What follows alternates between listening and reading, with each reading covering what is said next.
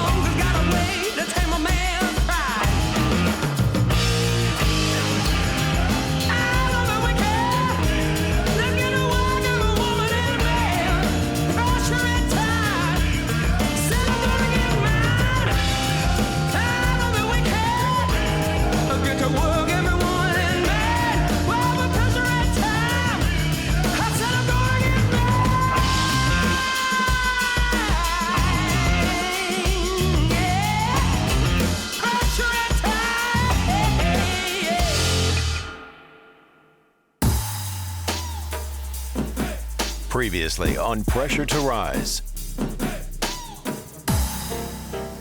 Jake Gagne has shown why he's the defending champion with his second double win weekend this season. It feels nice to have a little bit more confidence in my motorcycle and be at a position where like I can ride the crap out of the thing. He's a pretty cool cat. Yeah, the guy went out and he did some crazy lap times at the beginning of the race. And yeah, I could see just from him getting ready for the race that he was going to hand it to us. And yeah, he dropped the hammer those first couple of laps. He's actually faster than last year. We're breaking track records again. That's another track record. That's the first time we've seen in-race competition of 39, so 39.8 for Gagne. We're having fun this year, you know. It's not like last year for sure, you know. We're not even winning the championship at this point, but we're having fun, enjoying the ride, enjoying the challenges along the way, you know. And then I think we're in for a good show the rest of the year and for some good battles, and I'm ready for it.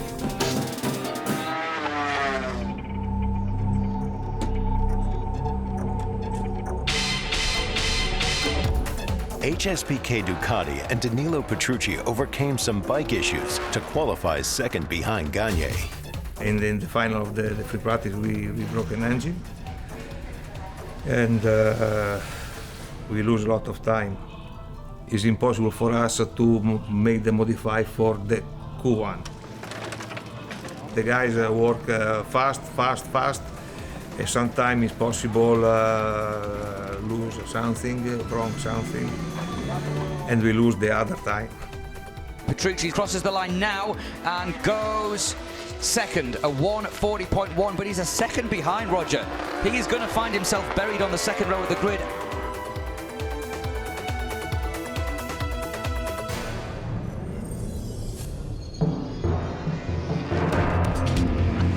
What is going on? Maybe he didn't know there. What is going on there? Caught a elbow. An on-track incident resulted in a 3-position penalty for Petrucci on the starting grid in race 1. I wonder if it's from the beginning of the session when Matt kept trying to follow him.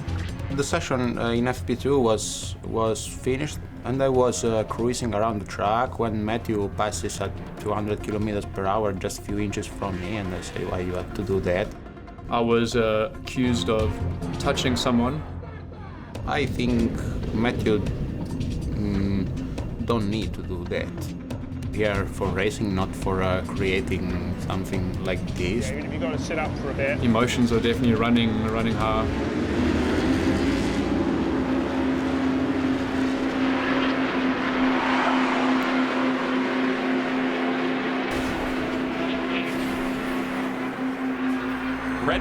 Red flag, yeah. 2 red flags shortened race 1 to 8 laps and tested the patience of pit lane. Red flag, why? Why? He's outside. Another person went down. Yeah, I think everybody's a little frustrated to see 2 red flags, like first lap. It's like, man, let's just get this race rolling. Start number 2 for Medallia Superbike. Race number 1 is a go. Jake Lewis caused the second red flag after crashing on the first lap of the restart. Oh, there's a big crash back there, Greg. There's a big crash. The first red flag, you know, I was right behind Richie when he had a big moment and the rear snapped around on him and he crashed pretty hard. And then after the red flag, we went back out and the first lap got a hell of a start and was there in the 5th or 6th and pretty much right behind Matthew. And then coming onto the front straightaway, the rear just snapped around out of nowhere and put me on my head pretty good, and unfortunately bounced across the curb and broke 2 parts of my thumb. So not a good day. He fractured his thumb in 2 places and will be out for the foreseeable future. In the second restart, at the end of the first lap, I crashed, even if no one recognized. And I came back to the pit, and everybody was looking at me. I say, come on, I miss a foot peg. Why? Because I crashed. È montata la gomma alla rovescio sul cerchio, montato. Front tire is on backwards. I know. But it's okay. PJ Jacobsen had a rough weekend, crashing out of race 1 and finishing in 9th in race 2. Yeah, race 1 was quite strange. Like, you know, there were so many people crashing and red flags and stuff. Unfortunately, I crashed because I just felt like I was overriding the situation I was in. Matthew Skoltz ended up just off the podium in 4th for both races and fell back to 3rd in the championship standings. Matthew Skoltz will come in 4th, so Skoltz loses 3 points in the championship. It just really sucks to be off of the podium twice. You know, our goal this year was to try and at least be on the box at every single race. Hopefully from here we just get better. I think these last few races are going to be coming to us more than the other guys, hopefully. And yeah, I think the championship is, we lost some this weekend, but I think we'll be on the right trajectory next time. Heading into round 6 at Laguna Seca, Gagne is 11 points behind Petrucci and looks to chase him down to start the second half of the season. I was surprised at the pace. I ran a couple good laps at the beginning, faster than yesterday even.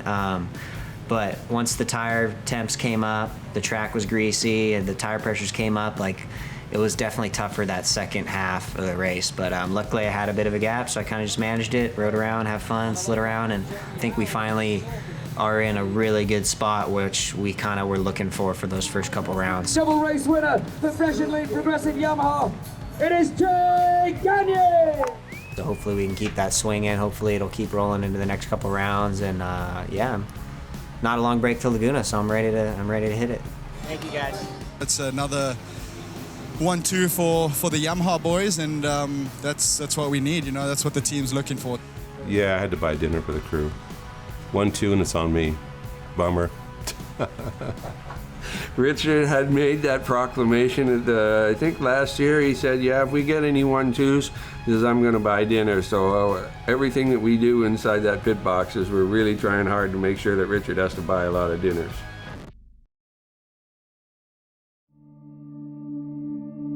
It's round 6 at Laguna Seca in California. And near-perfect weather has everyone feeling good about the prospects of the weekend.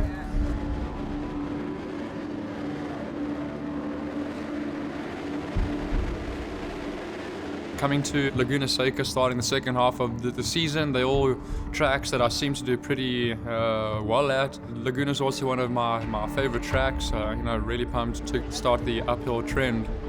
Well, this weekend I'm working with Josh Hayes before in 19, so he helps a lot, especially on my riding style and different lines. He look on the corners, corner by corner, so he helped me a lot this weekend, especially today. It's such an historical track, and racing here is really fun, and then being in California is always nice. Jake Gagne rolls into Laguna Seca without his crew chief, John Cornwell. The Attack Performance Yamaha team is hoping everything goes smoothly without his presence. I just found out Corndog wasn't coming on Wednesday, I was driving out here from Colorado with my dad, and so I was really bummed to hear that. It sucks not having him here. I'm so used to like our program, and he does such a good job helping me out, keeping me calm, keeping us focused on the right track, and not worrying about stuff we don't need to worry about. He is a people person, probably why he should work remotely the rest of the year. No, I think when you see the riders' faces and you listen to their emotion, you can kind of gauge what direction they're and how big the steps are. And so I think to have that face-to-face interaction is pretty important. And yeah, no, we miss John. Hopefully he comes back soon. You know, we're all very experienced on the attack team, so a lot of us can fill in many roles. And I was chosen to fill in for John as crew chief this weekend. This is kind of deja vu because I was his crew chief in 2012, possibly, with another Yamaha team on R6s. You know, the challenge was the anticipation of it. Actually, the execution of it, it's gone very well. We're on the phone with him. You could probably see when I'm out there, I've got wires coming out everywhere, so I'm mic'd up for you guys. I have the headset for my crew. I've got John on the phone, and we're basically communicating the whole time during the session. It's working out really well. Is Silver here mic'd up? Yes. You're welcome. Back at you. Oh, and they got that on camera. They got my greeting on camera. They do? Nice.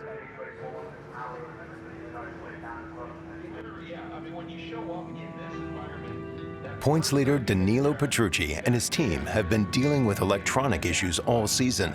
With Gagne making a charge in the point standings, there is urgency for the Ducati team to resolve the problem.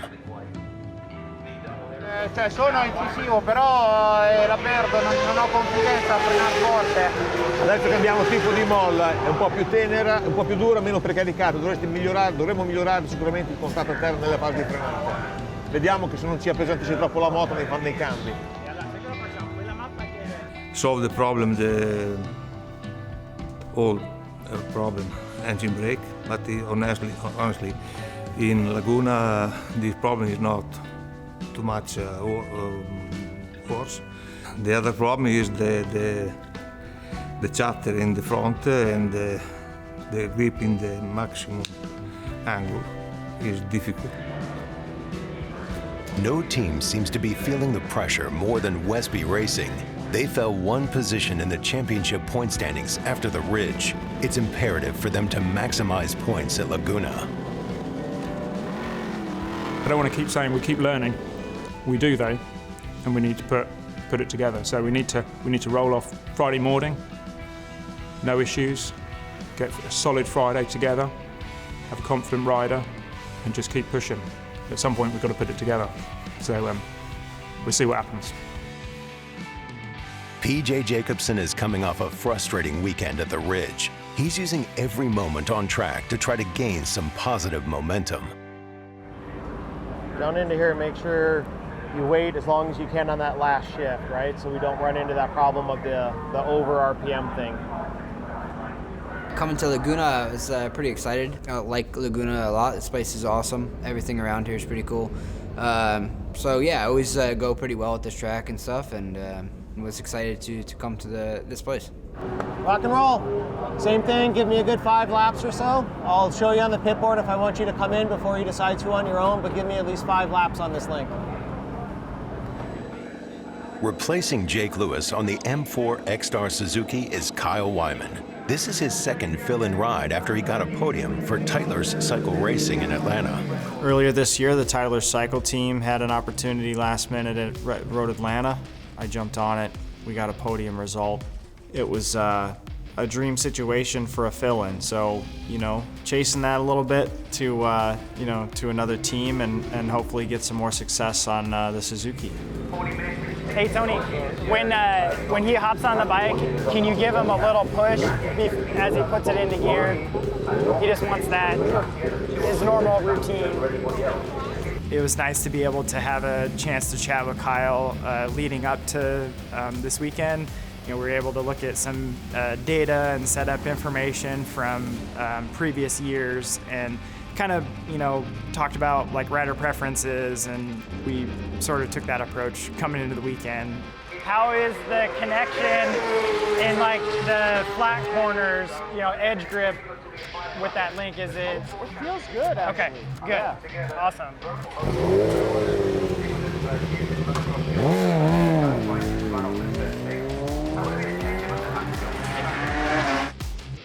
With less than a minute left in the session, Hector Barbera loses the front on the final corner, but walks away with no injuries and virtually no bike damage. In that place, I don't have feel. Okay, I try to push. I close my direction and small crash. By the end of practice 1, Matthew Scholz was just over a tenth of a second off Jake Gagne's fastest lap, finishing the session in P2. Cameron Peterson is third fastest, with PJ Jacobsen just behind him and feeling a little more comfortable on the bike. He was faster than Danilo Petrucci, who finished 5th in the session.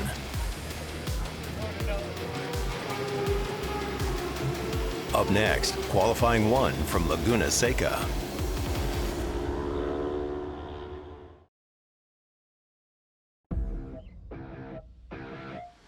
Teams are hard at work throughout Friday morning and eager for more laps on track in the afternoon to get their setup dialed in for the races to come.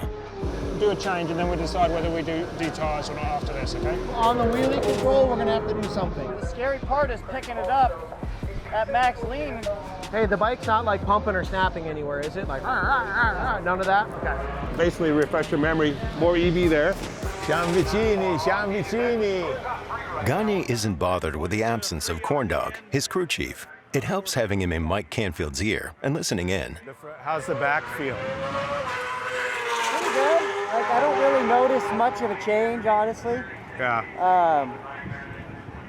I don't feel like the grip was like quite as good as what we had this morning. Whether that's the shock or the track, I don't know. Yeah. But it feels good other than that. But I'm the whole session's slower than it was this morning. Okay, yeah, that's what it seems like. The wind is kind of gnarly too now. Yeah. Did you hear all that, John? Okay. You got anything else to tell John? No, not yet. I think we're good. Cameron Peterson is inching closer to Gagne, a little over halfway into the session, and he's only a tenth of a second off the pace. Why don't you go out with a new tire and push down 1? That's what I'm going to try. Yeah, push down 1, and then because you could do maybe down 2 for the race and push up. The World Superbike, we murdered the rear Pirelli by using too much EV. Yeah. Because they're just skidding all the way, like barking into the corners. Yeah. He's pulling a lap right now. Give us a thumbs up when you're ready, Marshall. Okay, we're ready to go. Petrucci and the Ducati team are feeling like they've made some progress as they are 0.2 of a second off of Gagne's fastest lap in P2. Siamo vicini, Siamo vicini. That's Petrucci's third tire, second front. Well, they're gonna be throwing everything they can at it. Yeah. Secondo me domani provare anche a fare. Domani proviamo le altre 2 gomme, proviamo. Sì, perché qui seguire loro. Perché questa gomma qui sì, dura metà gara. Proviamo la nostra 266 davanti e l'altra 129 che l'abbiamo usata tante volte. I just want to take an initial look at it and see what we thought, like with the torque limits and stuff. I mean, it's still wheeling. Yeah, and he's still having to close the throttle, right? So then I wouldn't mess with it. Because like if he's still having to manage it a bit in his hands, then we didn't take too much power. So I wouldn't mess with it. Richie Escalante crashes in turn 10 with 4 minutes left in the session. If it was on entry, then he lost the front end. But, also on the exit there, you could lose the rear. So that's a fast corner to go down. Yeah, and he looks frustrated. Just as we were saying, he was finding his feet. But mistakes are going to happen. Better to make the mistake today than in racing.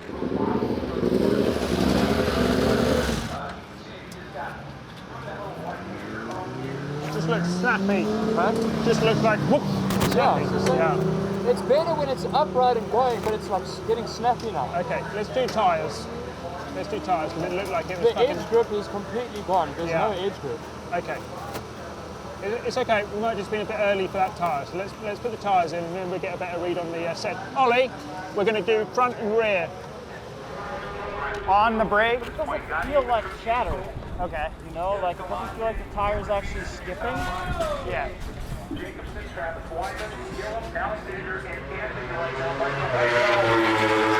So they're throwing the other tire on there, but let's go back to the front. So where at is it a little bit? It's pretty much the middle of everything. Like middle of 2, 3, everywhere. After the break, race 1 from Laguna Seca.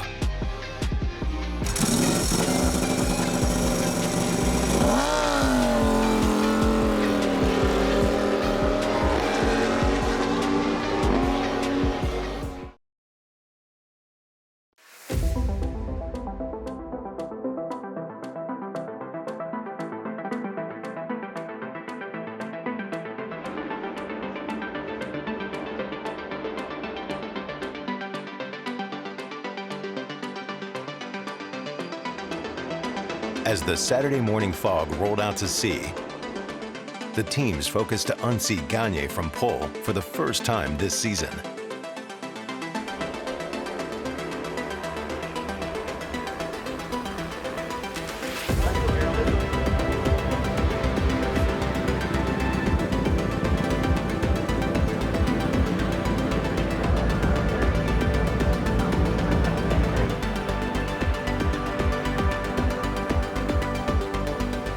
The top 6 are all within a second of Gagne after Q1, and it's starting to feel like the momentum is shifting for some of the teams.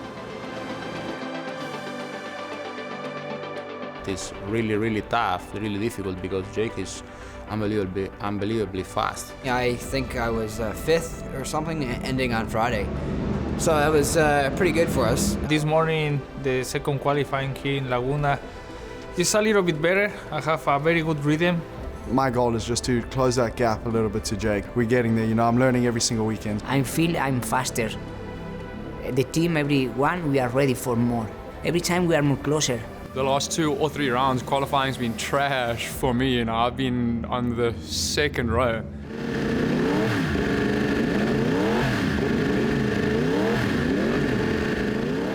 Try to do your fast lap early. Yeah. Like this will just warm you up. Yeah. Try to get your time under your belt. Yeah.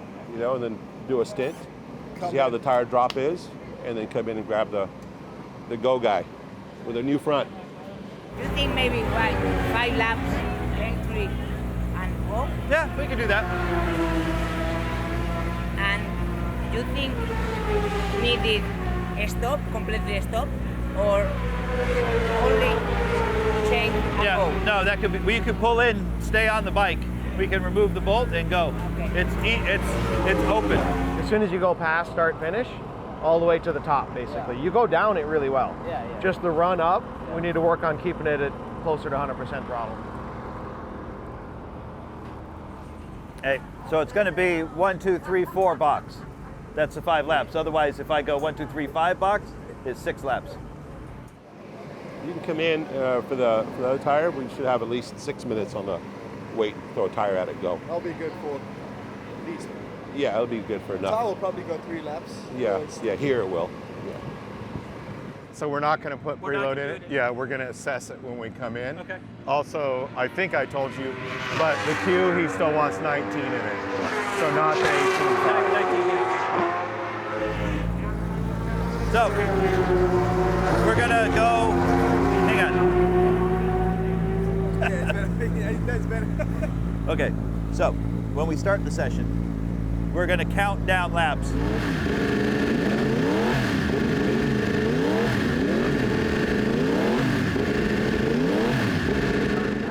He's getting ready to go out now.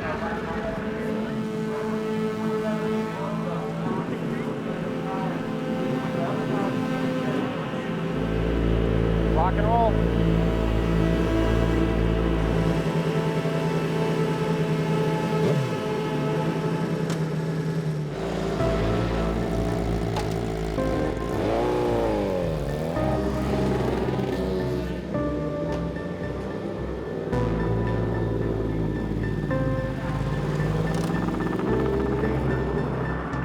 and he's away. Both Jake Gagne and Cameron Peterson plan to use the Q tire early. Some laps on his tire, try to get that one fast one in, maybe on the second flyer. And that's what Jake did, second flyer, I think it was that 23.6. With around 16 minutes left in the session, Peterson puts in the fastest lap so far. 23.5. He has a 1/10 of a second advantage over Jake Gagne, and having someone like Gagne in the team, he's learning a lot all the time. He's still got to twist the wrist, and he certainly twisted the wrist this morning. Cam being a little bit more of a flowing rider, we knew that he might be able to close the gap to Jake, because Jake is more about a stop-and-go style. Actually, Jake struggles worse at this track than any of the others on our circuit, so it's kind of interesting. And yeah, we kind of expected this. 23.485 from Jake Gagne, fastest lap of the weekend. He now retakes the #1 spot. Matthew Scholz has gone red sector on our timing screens at a different part. He just bettered you, huh? 23.4?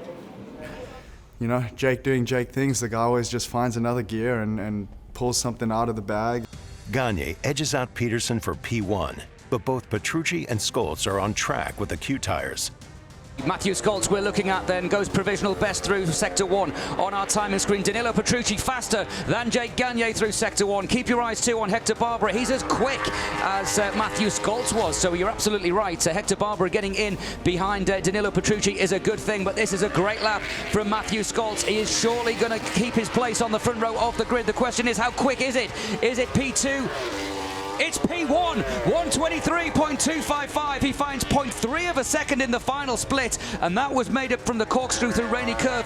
That was sensational. Now we go back to Danilo Petrucci. He's been faster through Sector 1 and Sector 2. Danilo Petrucci for the Ducatisti. There are a huge amount of Italian fans here. He gets kicked out of the seat a little bit. Ducati Power heads towards the line now.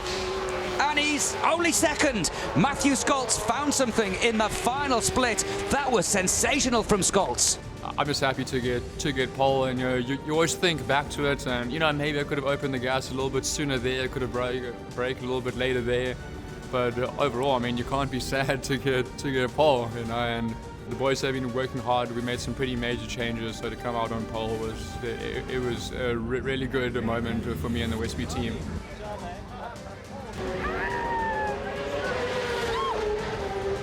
Yeah, just you really made a big step. Put together a really good lap, and yeah, that's by far his quickest lap round Laguna Seca. So yeah, it was good, really good to get pole, but also potentially masked our rear grip issue that we've been fighting. Scholz becomes the only rider other than Gagne to take pole this season.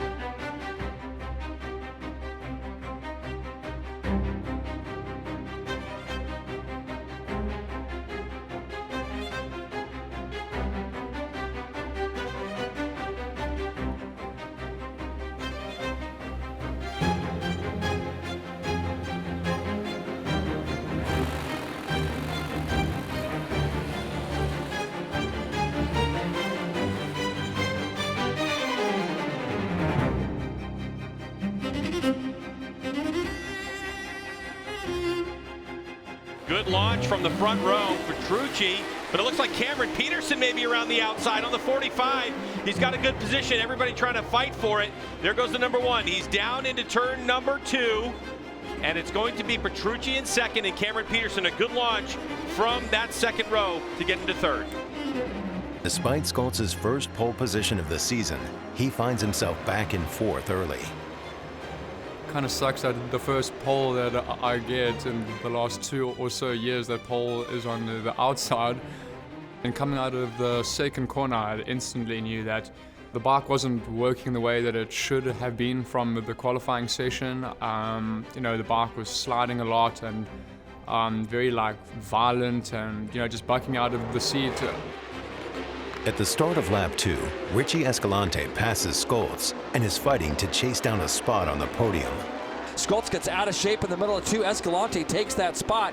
He's going to be looking forward now at the back wheel of Danilo Petrucci, so keep your eye on the 54, G-Dub. I see Matthew have a problem, I think, with the electronics, so I take the decision to pass in turn 1, and after that, just try to follow Petrucci and Cam. I try to push, stay close a little bit, some laps, and now just working on my pace. Gagne is putting the pressure on Peterson and Petrucci.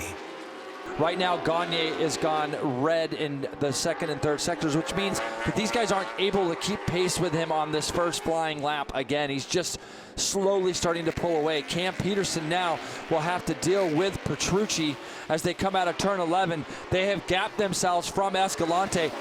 Matthew Scholz loses touch with Escalante and is now in 6th as Hector Barbera passes him on lap 4. Past the halfway point of the race, Gagne has a comfortable lead for the win, and the importance of Petrucci earning second-place points grows. These are points that Petrucci desperately needs. The difference between first and second is 5 points, and then you add another 4 on top of that, and that can make a big difference. As we know, you only need 1 point to win a championship between you and second place. On lap 10, he capitalizes on Peterson's mistake and moves into second. A little bit of announcer's curse there. Yeah, is that what you did to him? Well, he was deep into turn 2. He was way on the outside of the track, just an unusual line for him. On the same lap, Petrucci returns the favor with a mistake in the corkscrew, and Cam Peterson is back in second. But the worst for Petrucci, that mistake is his strongest section of the racetrack as well. So that's the part that really hurts the most. On the last lap, Petrucci makes his move going into the corkscrew. Here he goes, Petrucci. He's trying to find some room. A little bit of contact. He pushes him wide. Cam Peterson not getting off of it. They're side by side as they head through Rainy Corner. Cameron Peterson has it.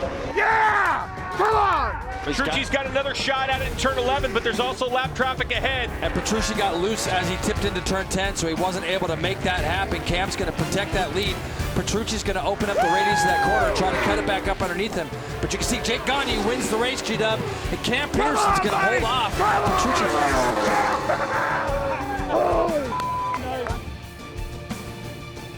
Yeah.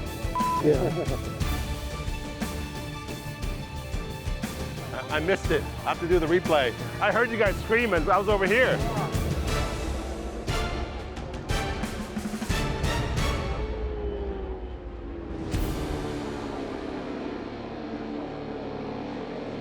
As I started tipping into the corkscrew, I just heard this big old rumble coming behind me. I came up over the rise. He was all the way on the edge of the track. Kind of pushed me into that spot, so I've given up on those a few too many times before. And, especially after last year, the move Baz pulled on me, I was like, man, this isn't happening twice, So one of the best races of my career, I'll never forget that. And to be battling with a guy like Danilo like that was pretty cool. He closed the line and tried to cross his line, but was nice racing. Even if I lost the battle, but I was happy anyway. I think we made a good show for the people. Richie Escalante finishes just off the podium after his best race of the season. Scholz in 5th, followed by Barbera, Jacobsen, and Kyle Wyman in 8th.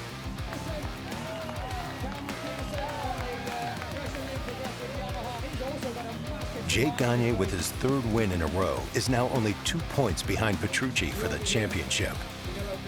Race 2 when we return.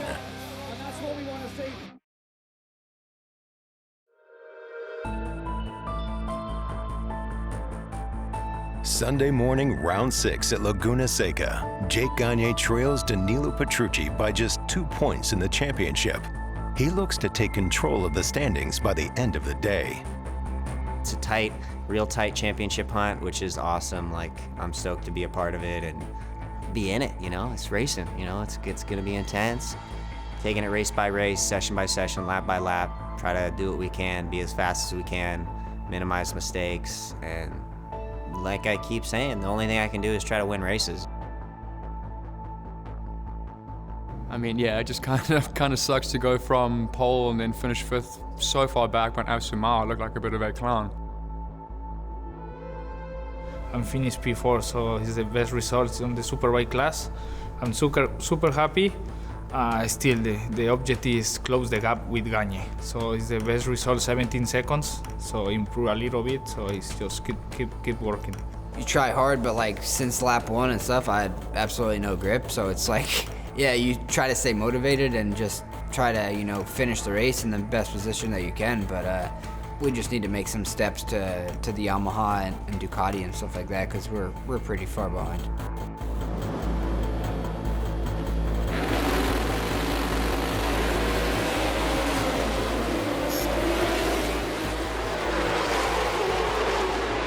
And look at Cameron Peterson trying to go around the outside. A little bit of wheelie for him on his Yamaha R1. So it looks like it's going to be Gagne, Petrucci. Boy, Gagne held up Petrucci breaking down into turn number 2. But now it's about that acceleration and drive out of the corner. And this is where Petrucci is going to do everything he can to hang on. Let's see if this tire change that he made is going to make a difference for the number 9. Petrucci is doing a better job early on of keeping Gagne a little closer than in race 1. I thought it was going to be a little bit more of a fight, a little bit more close, but I got off to a great start, which makes life easier. Good first couple laps. I was able to run my pace, do what this Yamaha wants to do. At the start of lap 2, Cam Peterson saves himself from a near disaster.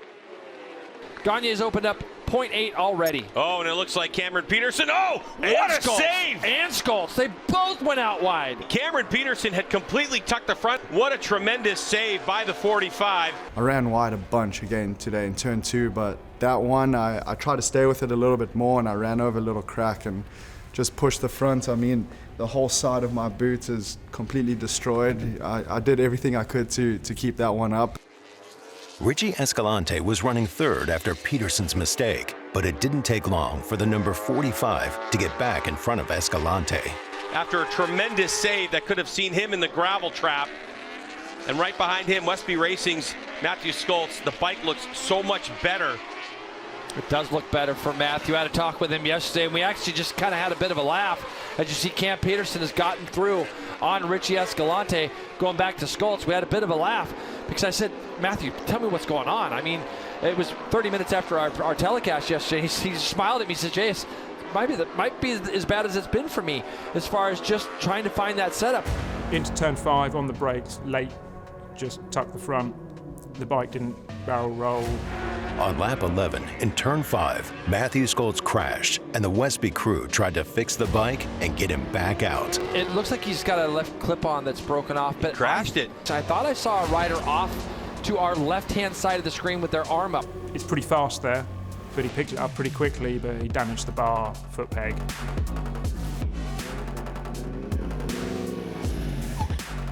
Unfortunately, for Matthew Skoltz, for the Westby rider, who's 3rd in the championship right now, 22 points back from Petrucci at the beginning of this race, as Jake Gagne continues to lead the way. Petrucci 4.5 seconds now behind.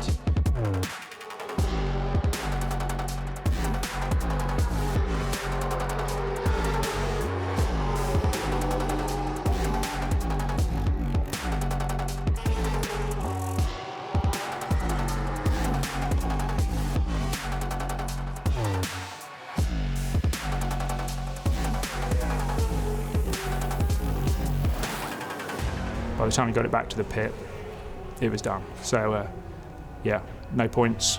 Lost more in the championship, but yeah, we got to start putting it together.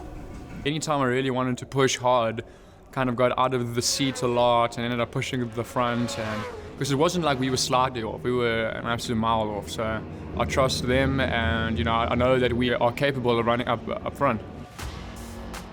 The last half of the race, Cam Peterson worked hard to track down Petrucci, but takes 3rd. Jake Gagne coming onto the front straightaway, takes a checkered flag and another win. Medallia Superbike race number 2. And Danilo Petrucci will hold on to 2nd place with Cameron Peterson in 3rd. Escalante takes another 4th, with Barbara, Jacobson, and Kyle Wyman rounding out the top 7. Jake Gagne is now ahead of Petrucci by 3 points in the championship standings. MotoAmerica heads back to Brainerd International Raceway in Minnesota for round 7. A look ahead when we return.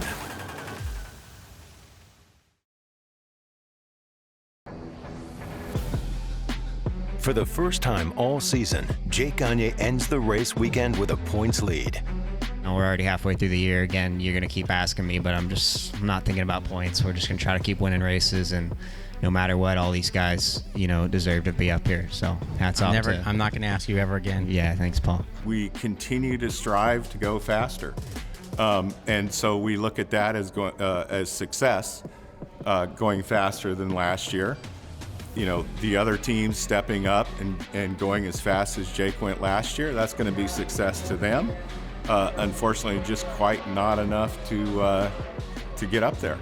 But again, I mean, if we sat back, we didn't put the pressure on ourselves to do better, then they'd be with us.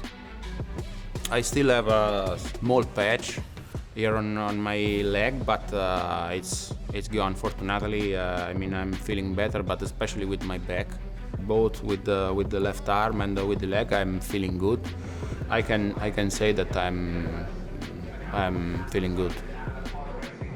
Happiness is when your result in the bike is you have a good result. Everything in your life is better. And try to enjoy every day and try to enjoy in my training, but when I finish 6th position or 5th position, honestly, I'm not happy. Another double podium on the weekend, which I'm happy about. It seems like we got the ball rolling in the right direction, so looking forward to the second half of the season. A consistent performance from Cam Peterson moved him into 3rd over Matthew Scholz, who was relegated to 4th after another challenging weekend for the Westby team. We need to start putting these weekends together. We keep having potential, but we've got to start following through, putting 2 good races a weekend together, and we need to finish this season strong. I think the most important thing on our team has been the amount of information sharing we do and the amount of information we have. Like we have, Cameron Beaubier has, I think the race lap record was a 23-1, and we have his data to look at. I was actually teasing Cameron Beaubier about that earlier. Thanks for the data, because we've been using it. Even though we are trying to share and help each other out, in the end, the result was kind of the same. The next race for us, I think, is very, very, very hard, because Brainerd is not the best circuit, the championship. We make one test, for Danilo is terrible. I've chatted with Jake quite a bit. He had a successful surgery right after the Ridge round, right now it's like, hey, he's home. He didn't show up to this round because we want him to focus on recovery as much as possible. So ideally, he will be back for Brainerd, but that's a pretty optimistic. Time flies. It feels like we were just at COTA a couple weeks ago, but yeah, we're past halfway point. It's a real tight championship hunt. With 4 rounds remaining, there are 8 more opportunities for teams and riders to shake up the points and make an impact on the championship. Can Petrucci challenge the defending champ? Will Scholz have a breakthrough at the circuits to come? Or will Jake Gagne keep his win streak alive?